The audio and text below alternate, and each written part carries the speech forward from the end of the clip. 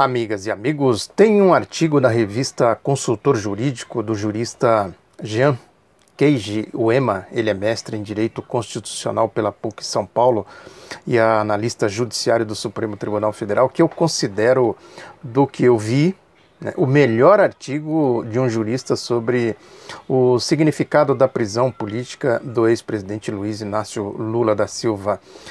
O artigo é muito interessante porque ele analisa no contexto social, no contexto histórico, o que significa essa bestialidade, o que significa essa ação deslocada da direita brasileira, da elite brasileira, que encarna esse espírito fascista, escravagista. Isso é que eu tenho comentado muito aqui.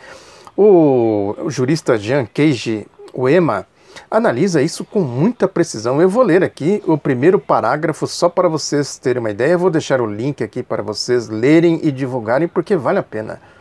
É um artigo primoroso, enfim, para quem quer compreender no contexto social histórico o que significa essa bestialidade, essa atitude insana, covarde aí do juiz Sérgio Moro, com todo o espectro que ele representa, que eu chamo aqui do espectro da Operação Lava Jato, essas atitudes fascistas, enfim, essas coisas todas que a gente já conhece aqui. Basta ter um mínimo de cognição para saber que se trata aí de um mundo de lama, de corrupção, um juiz com várias provas concretas de corrupção contra ele, e continua praticando corrupção, envolvido aí no que há de mais sujo, mais fétido, mais podre na sociedade brasileira, com esse discurso moralista, que é típico da direita brasileira. Enfim, voltando aqui ao artigo do jurista Jean Keiji Uema, o primeiro parágrafo, que ele diz o seguinte: os processos, os julgamentos e a prisão a que é submetido o ex-presidente Lula configuram e simbolizam em diversos sentidos e significados uma tragédia típica brasileira, representam e reproduzem a tradição das relações sociais, econômicas e políticas no Brasil, uma história de profundas desigualdades, violências, injustiças, perseguições e arbítrios. Por isso tudo, o caso Lula é paradigmático e traumático. Ele prossegue, enfim, vou deixar aqui para vocês lerem. É um artigo muito denso, enfim. Agora, é necessário que a gente reflita, isso que eu tenho falado aqui sistematicamente, o que significa tudo isso. Esse jogo de forças, essa luta de classes, esses dois universos em conflitos, que é da formação, ela é concreta da formação do Brasil, do povo brasileiro. É importante a gente situar esses acontecimentos na história, eu sempre digo isso aqui.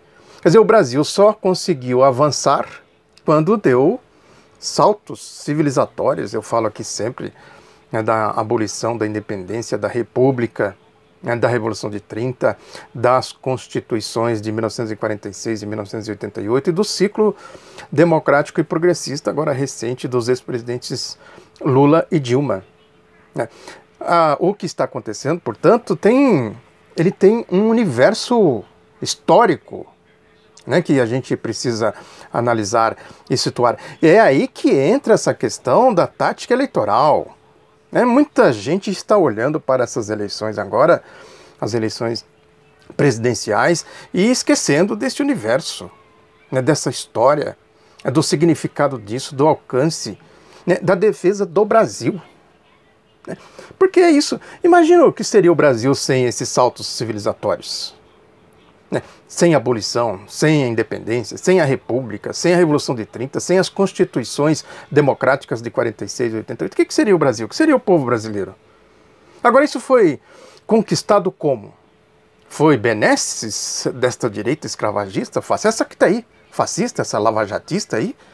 É benesses dessa gente? Caiu do céu? Como é que é o negócio? Não custou luta, sangue, suor e lágrimas? Porque agora a gente pode ignorar tudo isso, abdicar e simplesmente não considerar essa questão mais estrutural, a estrutura social brasileira. Quando se fala, portanto, em disputar as eleições agora de 2018, é necessário que esse processo todo esteja inserido na tática eleitoral. E aí é que está. Aí eu já falei aqui em outras ocasiões e repito, né, a gente observar as táticas militares, como se joga xadrez. Política é isso aí, é jogar xadrez, é a civilização contra a barbárie. É como eles fizeram, o povo que lutou, os líderes, né, os movimentos políticos e sociais, né, como eles fizeram nesses saltos civilizatórios. Como é que o jogo foi jogado? Essa questão, por exemplo, da destituição do Getúlio Vargas em 1945, tem um livro aí do Hélio Silva, ele fez uma série, né, de livros. Tem aí, enfim, é que eu sempre digo aqui, é necessário estudar a história do Brasil, compreender o Brasil, que ele fala por que Getúlio foi destituído. Ele fez uma série de livros, e esse eu considero o mais importante, porque ele explica exatamente o sentido de tudo isso, da reação, como a direita, a elite brasileira reagiu àquele salto civilizatório que foi a Revolução de 30, sobretudo depois da ditadura do Estado Novo, e entrou nesse processo aí de tumulto, né?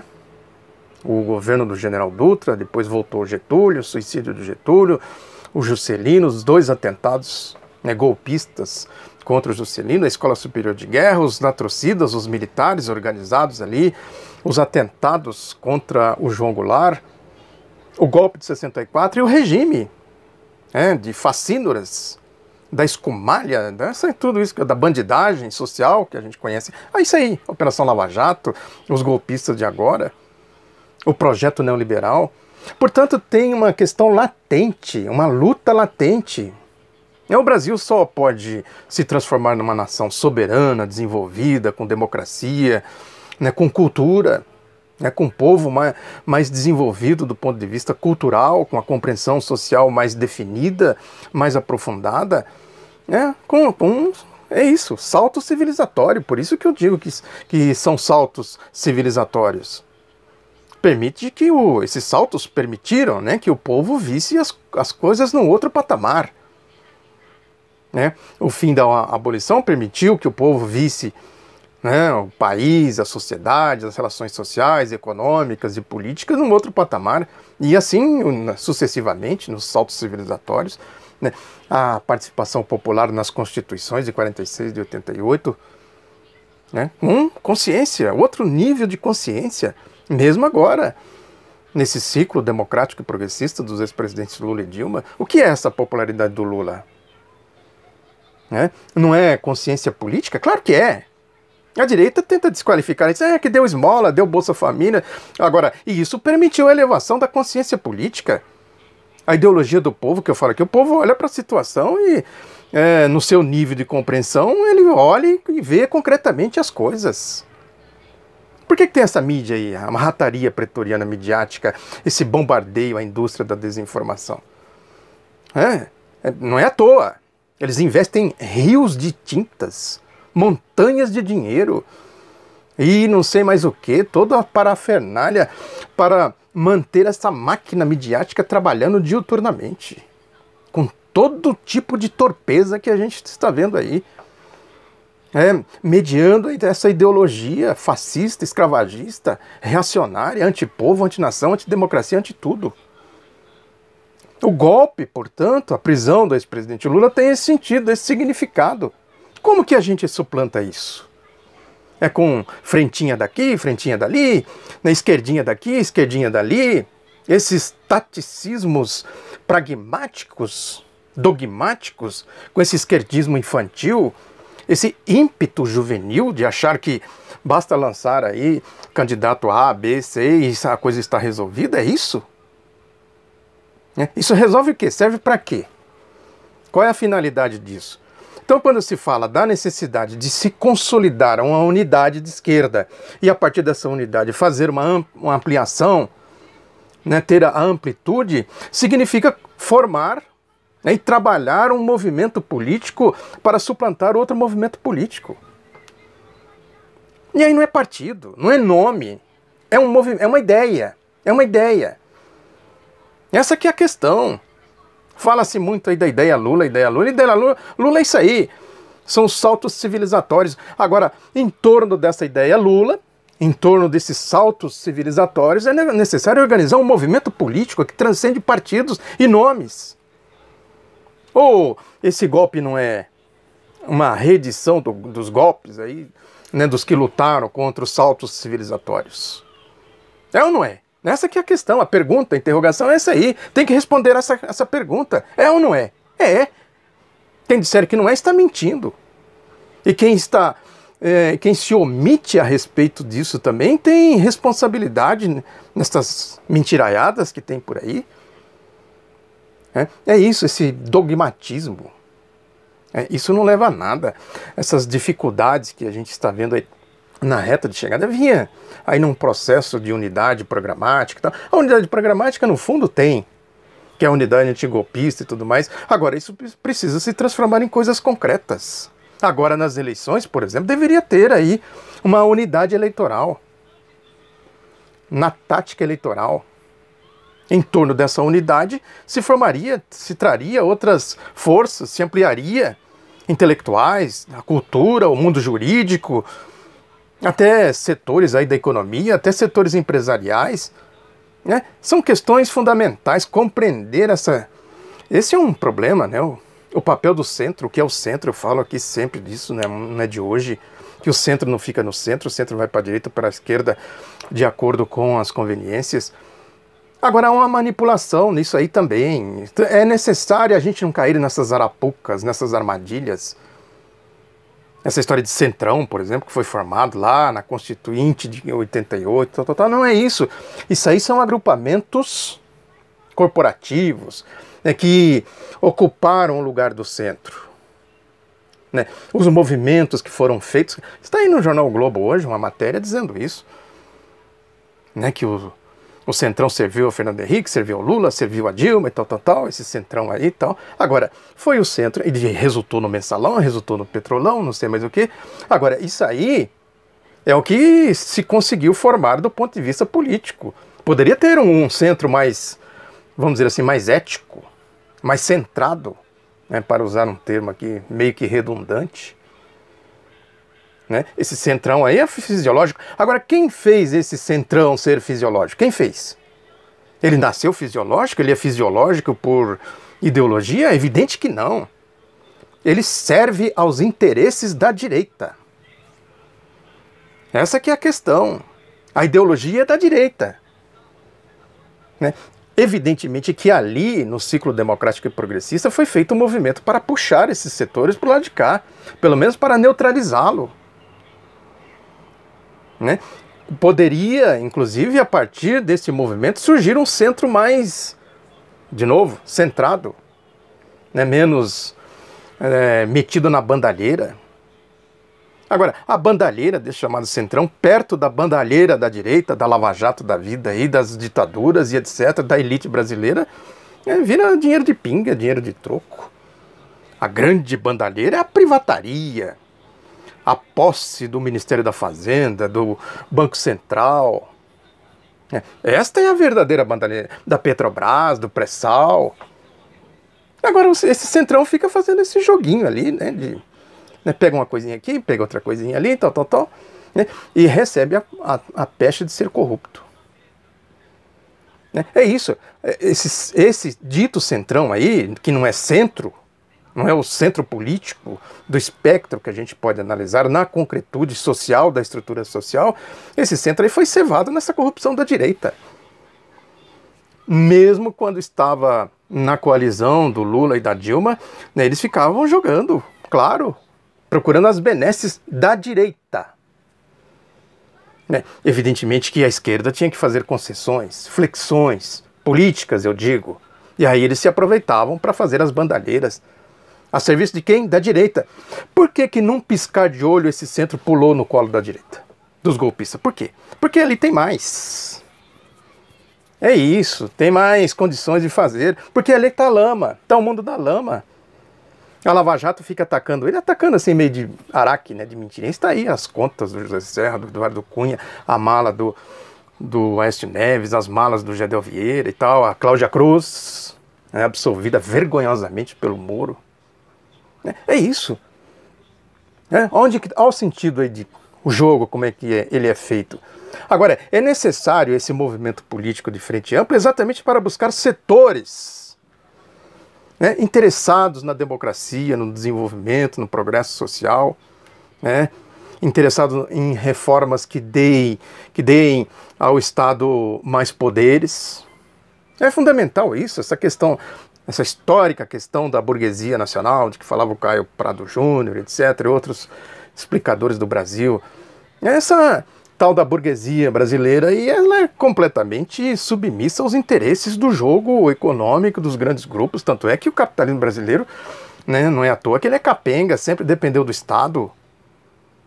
Agora, precisa sim de um Estado indutor, que domine essas forças, que ponha regras, né, que, enfim, dê parâmetros para o desenvolvimento, para o progresso social, essas coisas todas.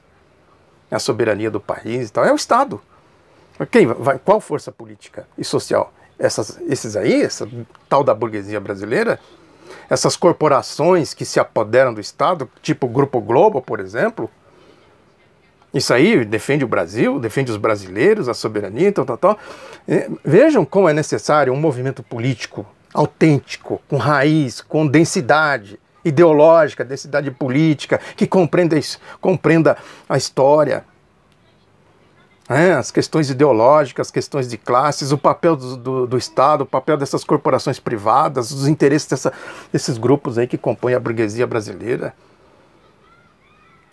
Percebem a profundidade da coisa? Como que é preciso trabalhar isso ideologicamente para se chegar num movimento político? Isso é frente ampla. Isso teria que partir de um núcleo consolidado da esquerda. Não é essas frentinhas, essas bobagens que andam por aí, essas pregações sectárias, dogmáticas, unidade, Lula ou nada, unidade em torno do Lula, ao redor de Lula, andaram falando por aí. Tem seriedade nisso? Não tem nenhuma. Nenhuma. Não tem consistência, não tem densidade ideológica, política, histórica, né? Não é à toa que a direita fica aí com essa pecha, né? Impingindo esta pecha de corrupção na esquerda. Por quê? Porque ela dá lama, ela sabe que a ideologia do povo é anticorrupção.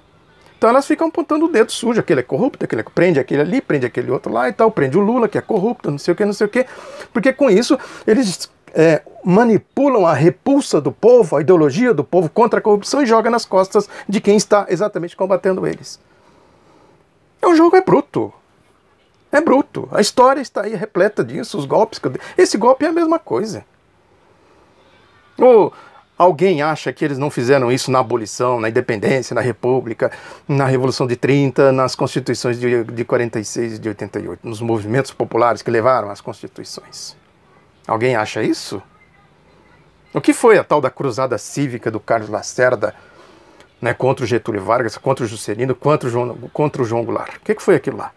Se não lava-jato puro, moralismo de fancaria, de prostíbulo. Exatamente isso, a ideologia, essas pregações, por exemplo, democracia. Quem defende a democracia efetivamente? Qual democracia? É isso, eles pegam as mazelas do regime deles e jogam nas costas dos outros, de quem combate essas mazelas. É a luta de classes, é guerra ideológica, guerra midiática. A Lava Jato é isso, é a reedição de tudo isso aí. Reedição do partido nazista. É aquela história, né, do Partido Social, já falei várias vezes disso aqui, Partido Nacional Socialista dos Trabalhadores, não sei o que, que é o que eles fazem, a direita faz isso aí. Na Globo, vive pregando aí democracia, aquela história, propaganda eleitoral gratuita, né? Que Brasil que você quer, não sei o que, aquelas coisas todas lá, né? Só pegar aí os casos, por exemplo, de corrupção do Sérgio Moro. Provas concretas, eu falo de Maringá, na Operação Banestado, o mais escandaloso que eu considero é o de Maringá, é flagrante, é um flagra. Ele envolvido com corrupção, ali no caso de Maringá, já expliquei, já escrevi, tem lá no outro lado da notícia.com.br, várias provas concretas disso. Sem contar a indústria da delação premiada, as omissões. Das delações da Odebrecht, por exemplo, né, delatou o Geraldo Alckmin, delatou fulano, Beltrano e Ciclano. Cadê? Qual é a consequência? Por que serve para um, não serve para outro? Olha a prova. Isso não é corrupção? Ocultação de corrupção? Varrendo o caixa 2 para debaixo do tapete? O Alckmin, ele vai consolidando. Isso que eu tenho falado aqui é uma tática que eles estão apostando nela, mas também ainda muito volátil.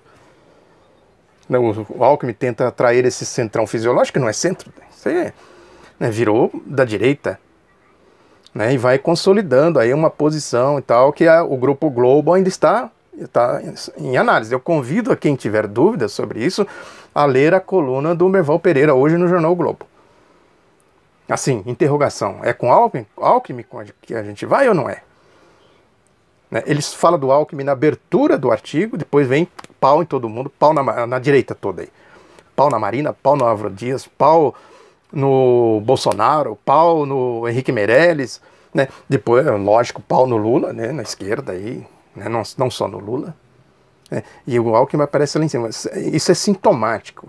É uma possibilidade que eles começam a trabalhar para ir para o segundo turno com Jair Bolsonaro, depois derrotar o Bolsonaro no segundo turno. E depois tentar enquadrar o Alckmin. Se não enquadrar, joga fora. O Merval Pereira diz isso. É que não dá para detalhar aqui por causa do tempo. Né? Uma leitura atenta nas entrelinhas, está escrito lá. Podemos ir com o Alckmin e depois, se o Alckmin não emplacar, a gente joga ele fora e arruma outra alternativa, outra saída. É isso. É um movimento político. O Alckmin falou ontem no Roda Viva, lá da TV Cultura, as tais das reformas. Fazer reforma política, fazer reforma da Previdência, foi boa a reforma trabalhista, então, reformas de direita. Agora ninguém fala de reforma da mídia, por exemplo. Reforma bancária, reforma tributária progressiva para taxar os ricos e tal. Isso aí eles não passam longe disso. As reformas para democratizar o Estado, democratizar a sociedade brasileira, está completamente fora da agenda deles. Agora eles querem reforma. Qual é a reforma que eles querem? Contra o povo. Essas aí, o tal do teto, que tira dinheiro da saúde, da educação, da segurança pública, a reforma trabalhista que tira direitos, desmonta a estrutura sindical e trabalhista, os direitos do povo, do trabalhador, a reforma da Previdência. Agora, o Alckmin também falou de reforma política para fechar os espaços, os canais. Eles não querem reforma política para democratizar, para moralizar, eles querem para fechar espaços. O PT, por exemplo, eles querem porque querem tirar o PT do jogo, querem tirar o PCdoB. É isso que eles querem, porque são estas organizações políticas que têm mais densidade, mais consciência e mais consistência para impedir esses movimentos golpistas, fascistas, esses movimentos corrompidos. Foi assim no Estado Novo, foi assim em 64, né? É ditadura. É isso que eles querem, no fundo é isso aí. Eu já falei aqui, o projeto neoliberal tem esse sentido autoritário, totalitário. Né? Portanto, o que a gente precisa compreender é que um movimento político desta magnitude, que é o movimento golpista e da direita, precisa de um movimento político de oposição também de grande magnitude. Não é com frentinhas disso, frentinhas daquilo, né? Nome assim, nome assim. Mesmo o nome do Lula. O nome do Lula por si só não resolve o problema. Ou alguém acha que ele foi preso por outro motivo, a não ser para tirar ele do centro das articulações, para criar um grande movimento político de oposição ao golpe? Quem é ingênuo suficiente a ponto de achar isso? Que eles vão deixar... Não, deixa ele sair e tal, ele vai aí participar, debater nas eleições, articular e tal. Não, deixa ele, deixa. Né? Nós somos democratas, da democracia, não sei o quê. Alguém pensa isso? Honestamente, sinceramente? É necessário, portanto, compreender o jogo de lá para a gente fazer o jogo de cá. E o jogo de cá significa isso. Menos blá blá blá, menos infantilismo, menos esquerdismo, pragmatismo, dogmatismo e mais consistência na busca da unidade, unindo todo mundo aí, sim. Né? Num movimento que transcende as eleições. É preciso trazer todo mundo que está falando contra o golpe. O Ciro Gomes, por exemplo, fala contra o golpe, ele tem que estar do lado de cá, não do lado de lá. PSB, né? E quem mais estiver contra o golpe, desde que não esteja atrapalhando, porque tem aí esses grupelhos esquerdistas atrapalhando, aí pau na roda, a frente pau na roda que eu falo aqui. É isso. Muito obrigado pela atenção, divulgue o Outro Lado da Notícia, um abraço e até a próxima.